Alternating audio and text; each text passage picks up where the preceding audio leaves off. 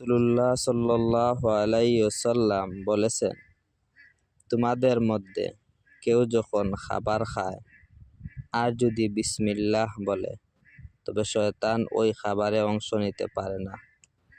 যেটুকু খাবার আছে তা পরিমাণে কম হলেও তার জন্য কল্যাণ বয়ে আনে।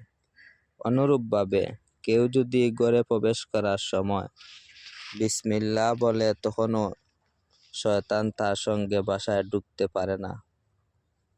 এভাবে বান্দা যখন সব কাজ বিসমিল্লাহ বলে শুরু করে, তখন শয়তান সব কাজ থেকে মাহরুম হয় আর আল্লাহ তাআলা সব কাজে বরকত দান করেন। এই জন্য আমরা প্রতিটি কাজ যেন বিসমিল্লাহির রহমানির রহিম দ্বারা শুরু করি, কেননা এর দ্বারা আমাদের বরকত হবে এবং শয়তান আমাদের কাছ থেকে দূরে থাকবে। আল্লাহ আমাদেরকে আমল করার তৌফিক দান করুন।